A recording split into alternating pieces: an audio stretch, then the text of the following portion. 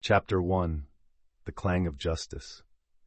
The eerie sound of metal reverberates through the air as the prison gates slam shut behind Leo, sealing his fate within these desolate walls. Shackled and vulnerable, he scans his surroundings, where shadows of despair linger amidst the stark fluorescent lights. Thoughts race through his mind, visions of the life he once knew, the students he loved, and the injustice that led him here. As he takes his first hesitant steps into the heart of the maximum security prison, Leo struggles to conceal his trepidation.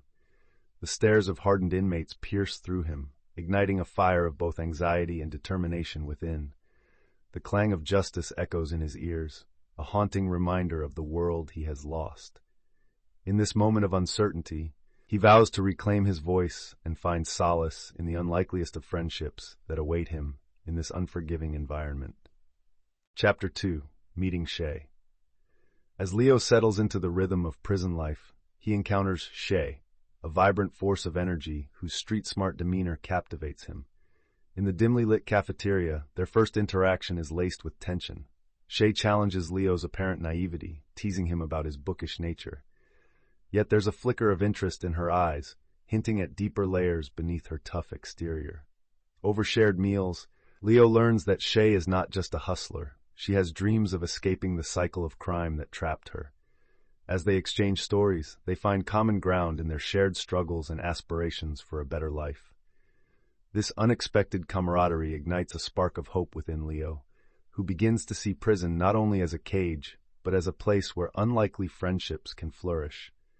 Their bond becomes a lifeline, setting the stage for a transformative journey ahead. Chapter 3. The Code of Survival.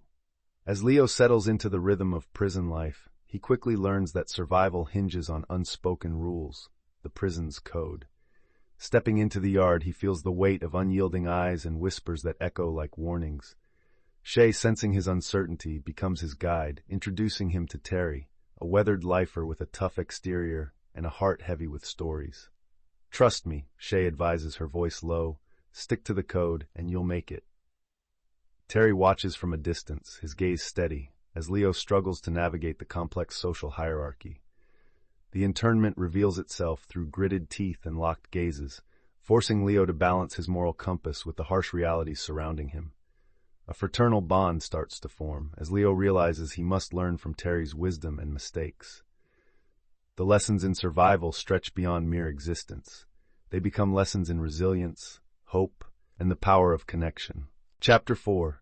Stories from the Past.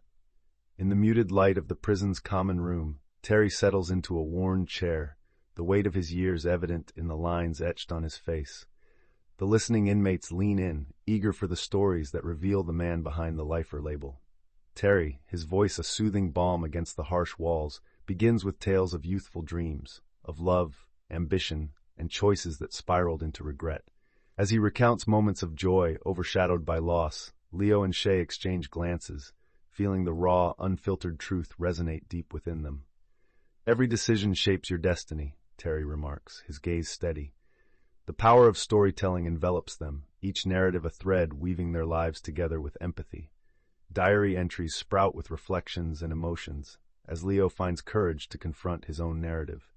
In this exchange, healing begins, not just for Terry, but for all who dare to listen. Chapter 5. As the early morning light filtered through grimy windows, Leo gathered with a handful of inmates in the prison rec room, excitement bubbling in the air. Today marked the start of the long-anticipated art program, spearheaded by a passionate volunteer known for her unwavering belief in the power of creativity. The scent of acrylic paints mingled with the sterile atmosphere, awakening a dormant sense of possibility within Leo. At first hesitant, he picked up a brush, feeling its weight, and pondering how to translate his tumultuous emotions onto the canvas. Encouraged by Shay's playful teasing and Terry's reassuring nods, Leo began to express fragments of his longing for freedom. The laughter and shared stories soon forged an invisible bond among the group, as raw emotions seeped into every stroke. Each piece became a lifeline, connecting their pasts and fueling hopes for a better future, reminding them all that art could transcend even the highest walls. Chapter 6. Creativity as a Lifeline.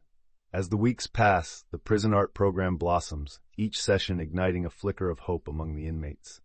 In the dimly lit art room, laughter and hushed conversations fill the air as they share stories behind their creations. Leo, still hesitant but inspired, finally picks up a brush.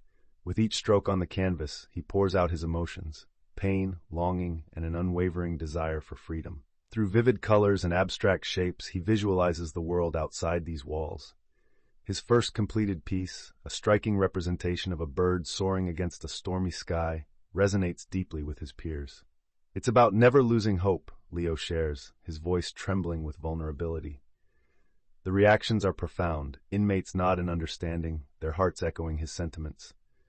In this shared space of creativity, bonds strengthen, and the weight of confinement momentarily lifts, illustrating the healing power of art as a lifeline amidst despair.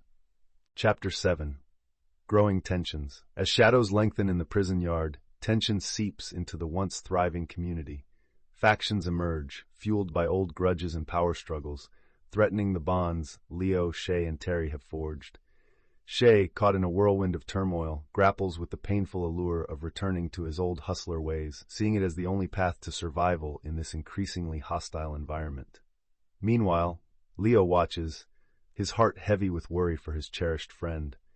He tries to navigate the growing rifts, hoping to maintain the fragile sense of unity they've built through art and storytelling. Conversations grow heated in the common area, echoing the anxieties of impending violence. Leo finds himself standing at a crossroads, desperate to uphold his moral compass while fearing for the friends who have become his family. In a world dictated by chaos, the heart remains their strongest ally, but the looming storm threatens to tear them apart. Chapter 8.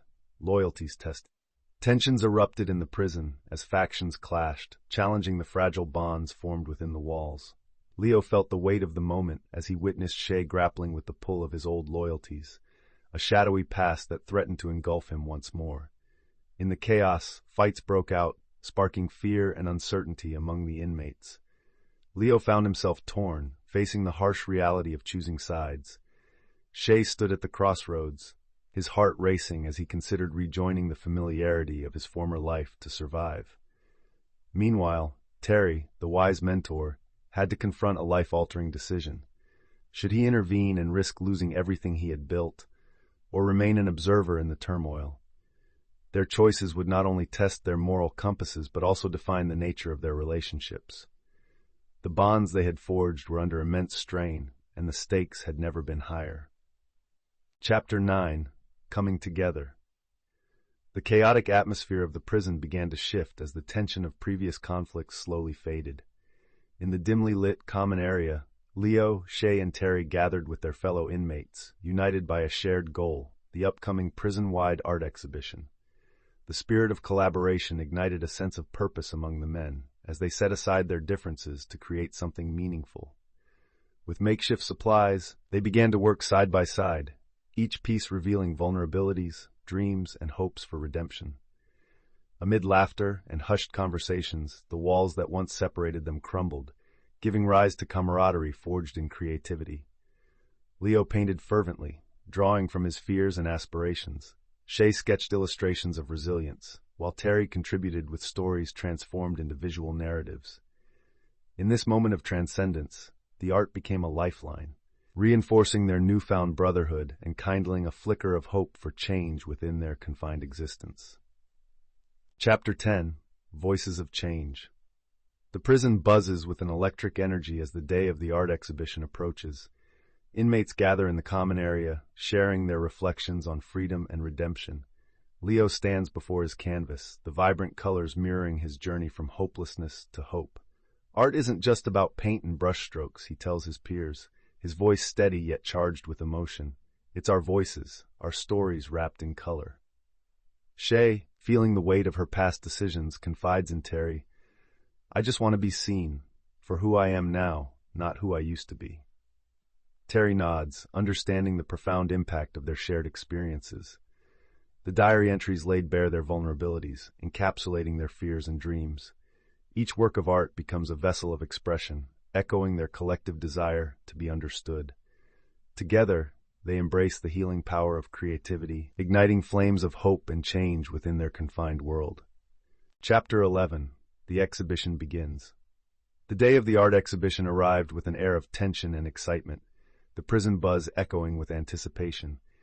Inmates gathered in the common area, transformed with makeshift walls draped with canvas, each piece a testament to the raw emotions bottled within. Leo stood beside his artwork, a canvas splashed with vivid colors representing his dreams of freedom, his heart pounding as fellow inmates approached. The initial murmurs of critique slowly turned into heartfelt discussions, with each piece sparking connections and shared stories. Amidst the chatter, Shay guided newcomers through the displays, her pride evident as she spoke of the journeys captured on the walls. The exhibition wasn't just about art, it was a bridge to understanding, a glimpse into their hopes and regrets. As the sun set, casting warm hues across the room, the sense of unity filled the space, reminding them all of the power of expression and the profound healing that came with being seen and heard. Chapter 12. External Impact. As the prison-wide art exhibition draws near, whispers of excitement ripple through the cell block. Media coverage begins to swirl around the inmates' creative endeavors, illuminating their stories of struggle, hope, and resilience.